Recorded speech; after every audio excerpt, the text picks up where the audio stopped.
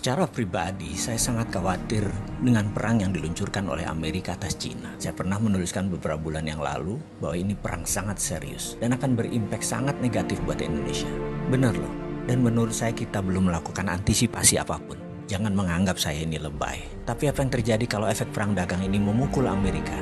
Atau dengan kata lain, Amerika yang kalah. Amerika yang merasa sebagai New World Order mendapat tantangan dari pasukan kuning Cina. Dan kalau Amerika sampai kalah, dunia berubah kutubnya.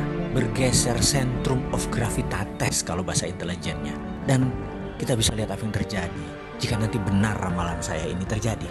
Kita semua tahu menjadi penguasa dunia itu sangat menguntungkan, baik secara ekonomi, apalagi secara politik. Amerika sudah menikmati 70 tahun hingga saat ini, dan sekarang mendapat tantangan dari negara Cina. Mungkin saat ini kekuasaan Amerika tinggal 50% pengaruhnya terhadap dunia. Ada yang menganalisa mungkin lebih kecil, alias Amerika jadi negara sunset, dan Amerika tahu itu.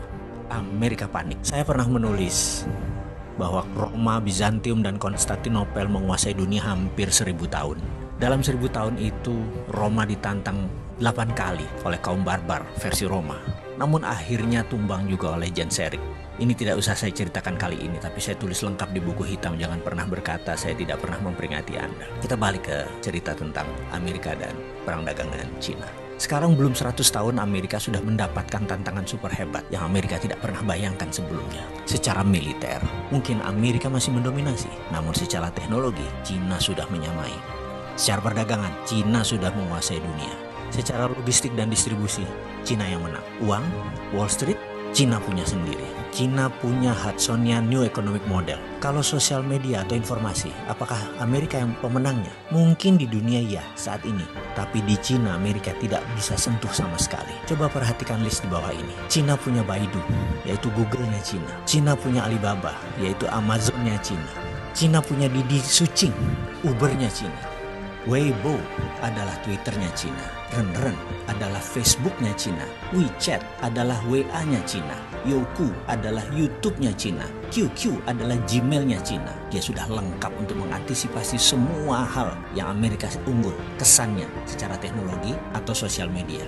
Bahkan ketika perang teknologi dilancarkan oleh Trump, setelah 5 kali serang Cina dengan tarif barang Cina dinaikkan 25%. Kemudian Trump melarang Android untuk dipakai Huawei. Apa yang terjadi? Ternyata Huawei sudah punya platform OS sendiri yang bernama Hongmeng OS, sehingga tidak terlalu berpengaruh. Amerika keceleberat di situ. Huawei chipnya ternyata 50% sudah buatan sendiri. Dan 5G tidak pakai platform ZTE yang Amerika punya. Di sisi bisnis, Huawei sudah dipakai sebagai platform operator telekomunikasi di 100 negara di dunia ini yang membuat Huawei tetap beroperasi sebagai penyedia alat telekomunikasi dunia. Bayangkan ketika 100 negara tersebut memakai 5G tahun depan ya, apa yang terjadi dengan Amerika? Amerika bisa hilang. Amerika bisa menjadi negara mediocre. Dan itu dimulai tahun depan, tahun 2020. Prediksi saya, yang mudah-mudahan kali ini salah, Amerika akan mengalami inflasi besar di tahun 2020. Di sisi lain, tahun itu juga tahun politik di Amerika. Trump pasti habis-habisan akan berjuang untuk jabatan kedua kalinya yang akan membuatnya semakin tidak terkendali memblok barang-barang Cina, yang akan membuat harga retail di Amerika naik 20% karena ketergantungan akan produk Cina di Amerika sudah lebih dari 40%. Efeknya, bayangkan di tahun 2021, dunia bisa kena resesi imbas resesinya Amerika. Dan ini bisa memicu sebuah kata bijak. The end of trade war is the beginning of military war. Berakhirnya perang dagang adalah saat dimulainya perang militer.